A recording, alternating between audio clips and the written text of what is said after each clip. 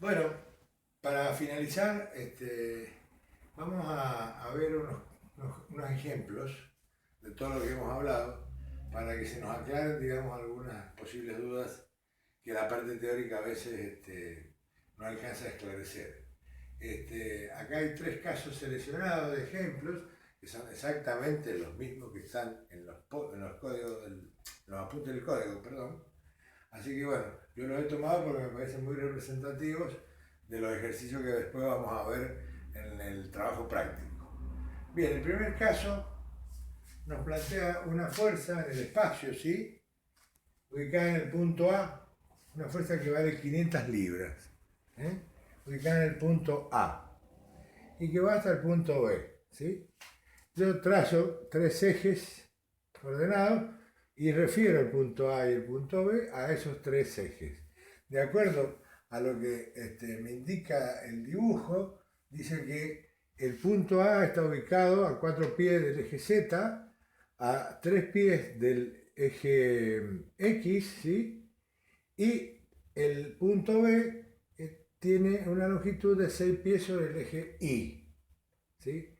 Digamos, si yo hago las proyecciones, que es lo que vamos a ver acá, voy a tener que este vector lo puedo ahora, digamos, analizar como si fuera un vector longitud. Va a estar conformado por tres vectores, uno que tiene 4 pies, el otro que tiene 3 pies y el otro que tiene 6 pies. Está descompuesto en estos tres vectores porque ahora yo he considerado el vector posición AB, ¿sí? En la misma línea y dirección que el vector fuerza F. Ahora yo considero, porque estas son mis referencias, A y B. Entonces puedo escribir que el vector AB ahora, como vector longitud, está conformado por el vector 4 que tenemos acá. Pero lo que más me interesa que ustedes vean es que le he puesto el signo menos, porque el vector va desde A hacia el eje de la Z.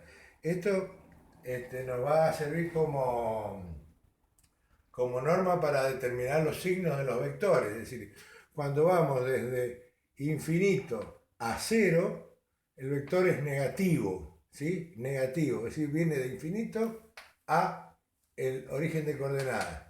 Sin embargo, cuando el vector va desde el eje de coordenadas hacia infinito, es positivo, como en este caso 6 pies.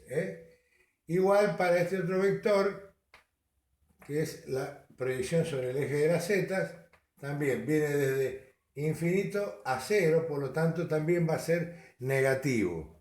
Entonces acá, menos 4i es negativo, que es la proyección sobre el eje de las x del vector longitud o vector posición AB, más 6j, ¿sí? Que serían los 6 pies según el eje de las y positivo, menos 3k, ¿sí? Que es la proyección sobre el eje de la z, también negativo, porque viene, como dije recién, desde infinito a cero. Esto es importante que lo tengamos claro como convención y regla para poner los signos a los vectores. Es muy importante no confundirse en esto, porque si nos confundimos, este vector, digamos, no va a ser realmente el que está representado en el dibujo, va a ser cualquier otra cosa. No hay que equivocarse con esto. Siguiendo entonces el razonamiento que habíamos visto, para obtener el versor lambda, digamos, el versor sería el versor unitario lambda del vector AB, tenemos que lambda es igual al vector AB sobre el módulo de ese vector. El vector AB ya lo tenemos acá, ¿sí? Lo escribimos acá arriba sobre el módulo de este vector. Esto nos va a dar entonces en definitiva que el versor lambda va a valer 0,51 menos, perdón, 0,51i más 0,76j menos 0,38k. De esta manera ya tengo el versor, digamos, del vector posición. Y continuando, digamos, con lo que habíamos visto en el video anterior, podemos decir entonces que la fuerza F ahora, yo la puedo representar por esta ecuación que es lo que habíamos visto, es decir, el módulo de F por el versor. Esto sería el vector F. Por lo tanto, puedo escribir que F igual a 500 libras, que es el módulo de este vector, ¿sí? Por el versor lambda, que está escrito. Haciendo operaciones, me queda que F va a ser igual a un vector que va a tener una componente sobre el eje de la Y de menos 256 libras, ¿sí? Otro vector más otro vector sobre el eje de las Y que va a valer 384 libras y otro vector sobre el eje de la Z que va a valer menos 192, es decir, uno negativo, uno positivo y otro negativo. Esto está representado acá en el dibujo de esta manera, ¿eh? Entonces quiere decir que este vector F acá, que viene así, ¿sí?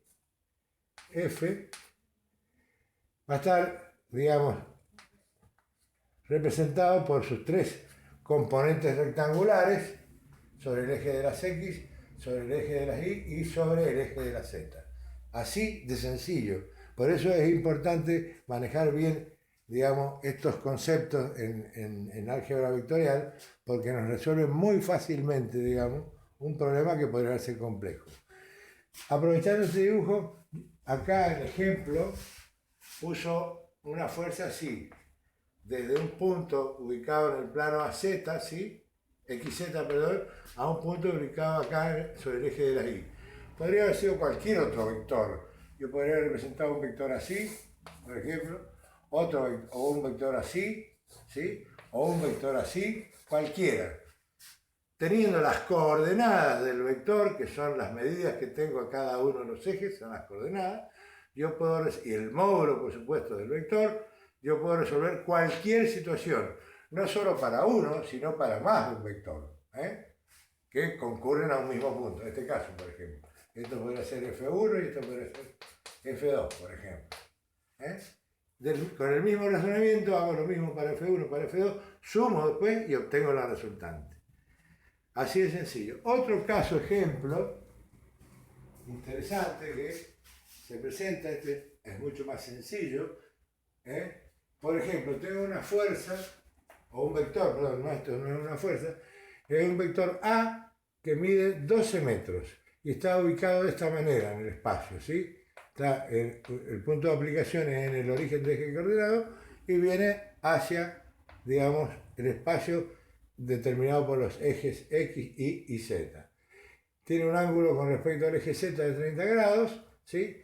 Y me dicen que esta componente que sería esta que está acá, ¿no es cierto?, que se proyecta sobre el plano XY, tiene un ángulo de 40 grados con respecto al eje X. Esta componente sería la componente AZY. AZY porque está en el plano de la X y de la Y. Trabajando acá con trigonometría, yo puedo escribir que AZ, la componente sobre el eje Z, digamos, que sería esta para acá arriba, ¿sí? Que la hemos dibujado acá así, sería esta, va a ser igual a A por el coseno de 30 grados. La componente de este vector sobre el eje de las X va a ser AZY por el coseno de 40 grados, ¿sí?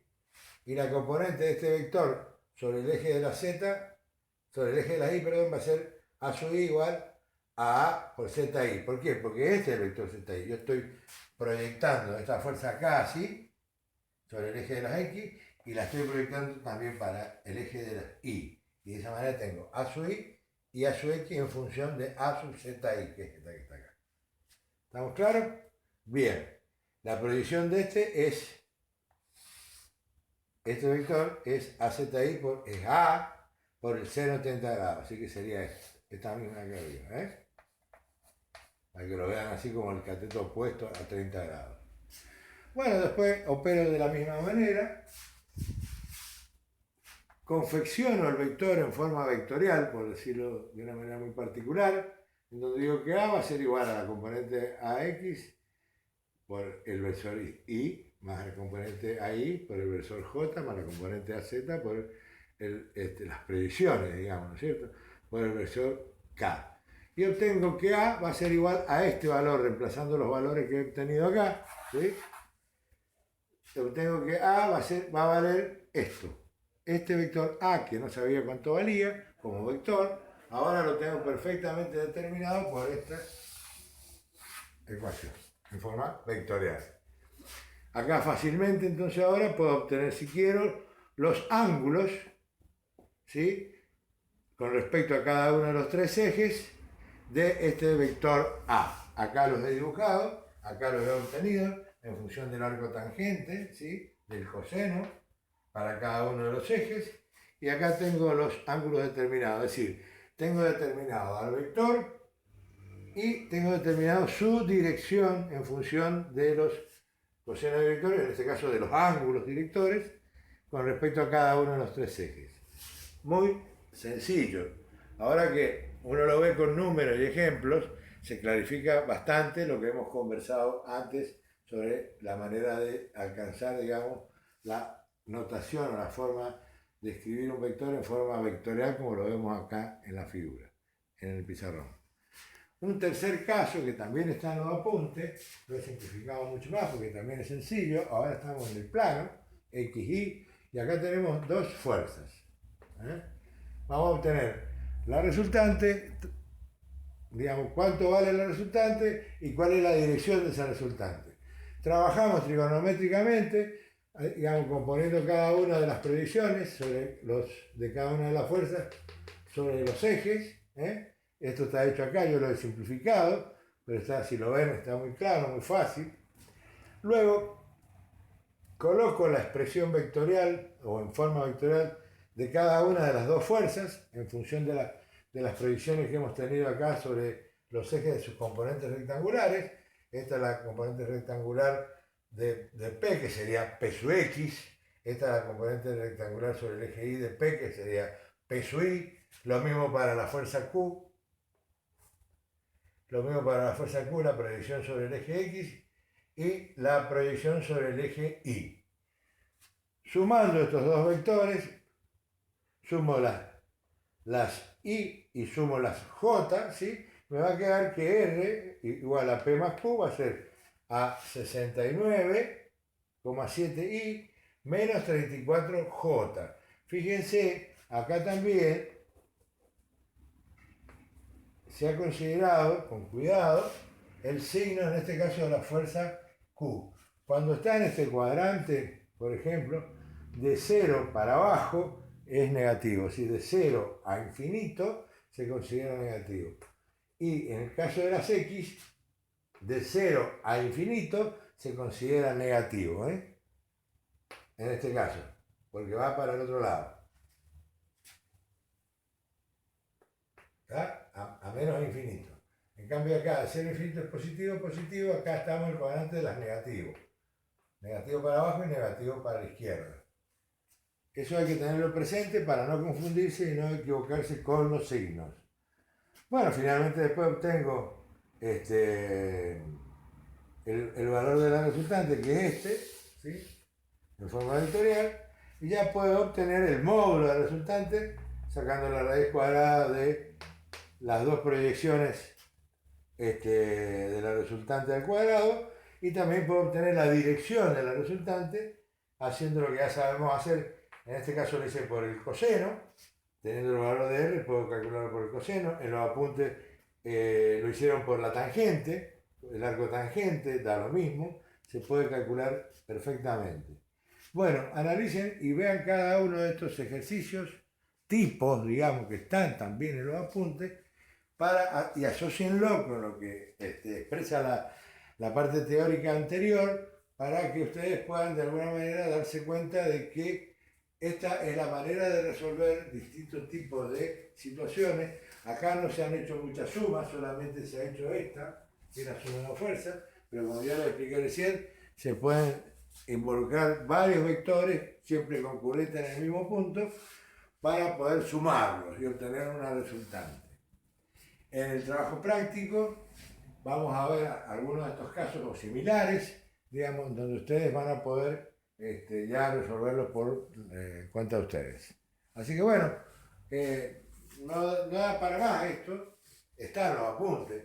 Yo simplemente lo he reproducido para de alguna manera explicar el mecanismo de razonamiento para llegar a esto. pero está fácil, chicos. Así que con esto terminamos esta parte que tiene que ver con suma y resta de fuerza o composición y descomposición de fuerzas.